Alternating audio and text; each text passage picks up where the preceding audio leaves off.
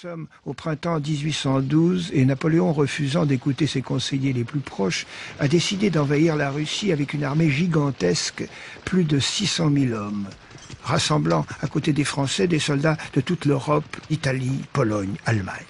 Si je réussis en Russie, je suis maître du monde. Napoléon. Il est convaincu qu'il écrasera les Russes en une vingtaine de jours au plus. Seulement, les choses ne vont pas se passer selon le plan prévu. L'armée de Napoléon s'enfonce en territoire russe sans trouver personne en face d'elle à combattre.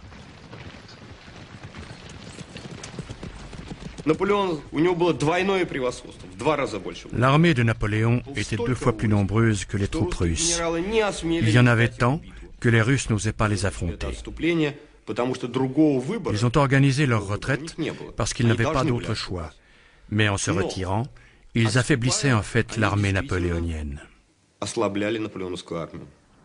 La chaleur et la sécheresse duraient depuis plus de 3 semaines. L'infanterie en avait jusqu'au mollet de cette poussière molle, étouffante, qui ne se refroidissait pas même la nuit. On se battait pour avoir de l'eau et on allait jusqu'à boire de la boue. Tolstoï, Guerre et paix. En 2 mois, alors qu'il n'y a pas eu le moindre coup de feu échangé, l'armée napoléonienne a perdu 150 000 hommes, 25% de l'effectif initial. Beaucoup de soldats étrangers décidèrent simplement de partir.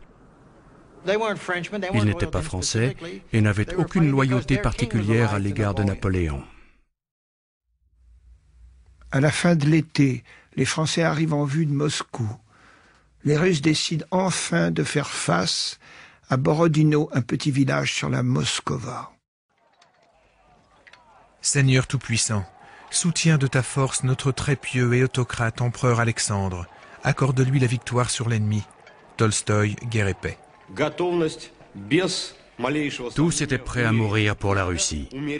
C'est une journée sainte que celle où on meurt pour une grande cause. La tradition voulait qu'avant de mourir, on mette des sous-vêtements blancs. Et tous, avant d'aller au combat, revêtirent des sous-vêtements blancs.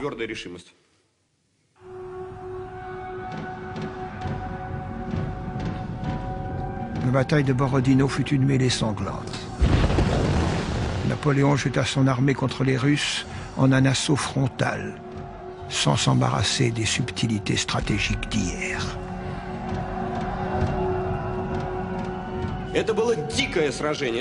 Ce fut un affrontement sauvage, dirigé par une seule idée, s'entretuer.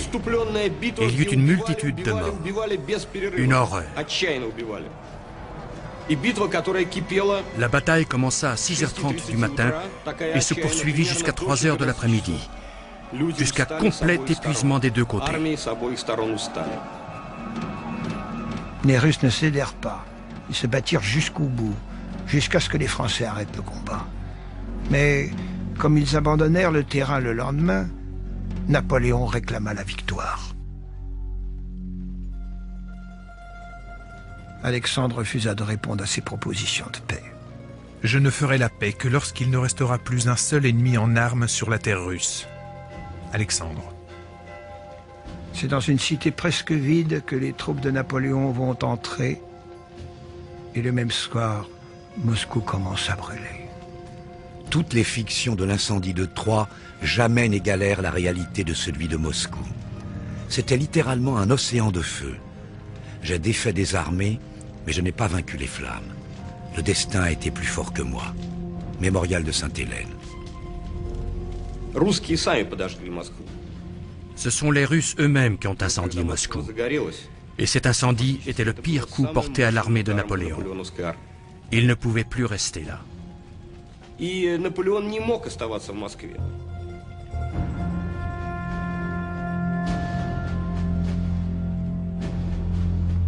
Le 19 octobre, par une douce matinée d'automne, il quitte Moscou à la tête de ses troupes.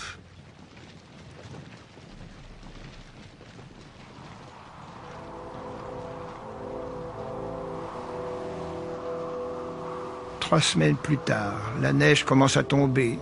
L'hiver russe est en avance.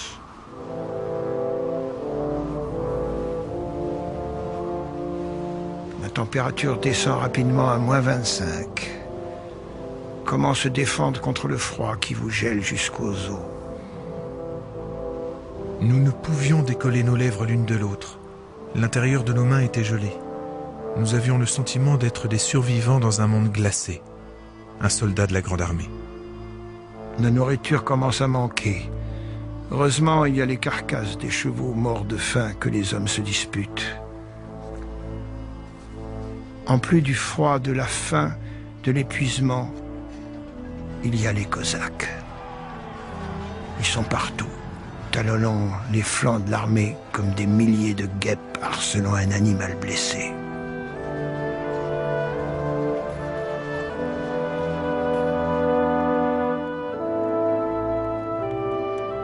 Napoléon est le témoin impuissant de cet interminable drame où périt son armée. Il transporte autour du cou un sachet contenant du poison. Ne voulant pas courir le risque de rester vivant entre les mains des ennemis, il s'était fait donner ce paquet, dont la dose, l'avait-on assuré, était plus que suffisante pour tuer 2 hommes. Mémoire de Caulaincourt. Et soudain, il apprend qu'une tentative de coup d'État a eu lieu à Paris le 5 décembre 1812 pour le renverser. Il abandonne ses troupes et retourne en France à la hâte. Du sublime au ridicule, il n'y a qu'un pas, confiera-t-il à Caulaincourt. Il avait perdu 500 000 hommes. Sur les 600 000 hommes qui sont partis là-bas, il n'en est revenu que 83 000. Comme l'a dit Talleyrand, ce fut le début de la fin.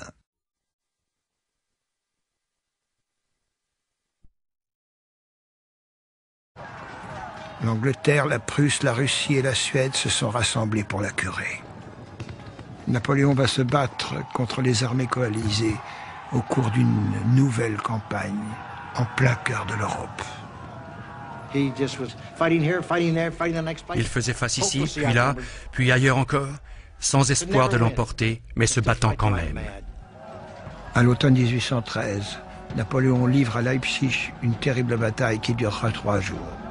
Face à un adversaire 2 fois plus nombreux, il s'affirme à nouveau comme un remarquable stratège. Mais tout ce qu'on retiendra, c'est sa défaite.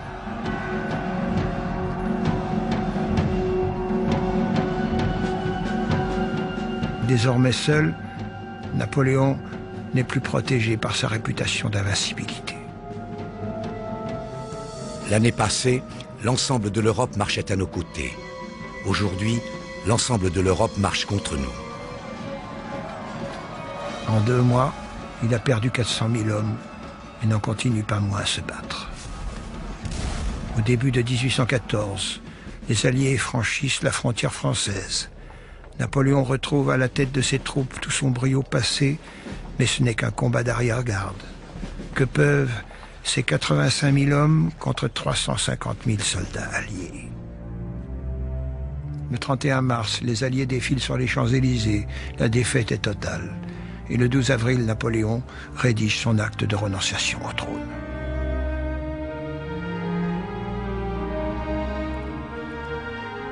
L'empereur m'appela. Il se dépitait, se plaignait du lent effet de la préparation qu'il avait prise.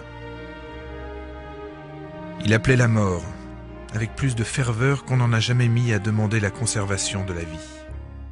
Avant de partir pour l'exil, il descend le grand escalier de Fontainebleau.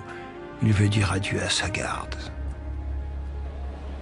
Généraux, officiers, sous-officiers et soldats de ma vieille garde, je vous fais mes adieux. Depuis 20 ans, je suis content de vous. Je vous ai toujours trouvé sur le chemin de la gloire. Je ne puis vous embrasser tous, mais j'embrasserai votre général. Venez, général.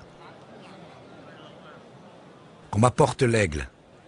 Cher aigle, que ces baisers retentissent dans le cœur de tous les braves. Adieu, mes enfants. Mes vœux vous accompagneront toujours.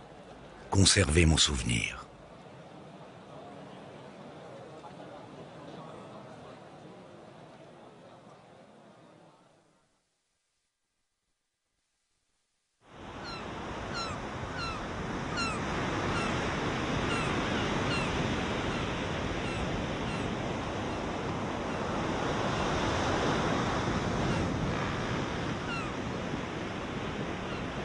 C'est sur un navire anglais que Napoléon s'embarque pour gagner la petite île de Méditerranée, où les puissances alliées ont décidé de la signer à résidence. Qu'ont pu être ses pensées en passant au large de son ancienne patrie corse, d'être monté si haut pour tomber aussi bas?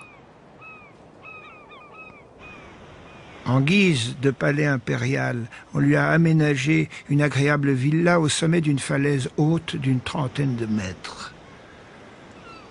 On compte bien qu'il acceptera de régner sur ce royaume d'opérette jusqu'à la fin de ses jours.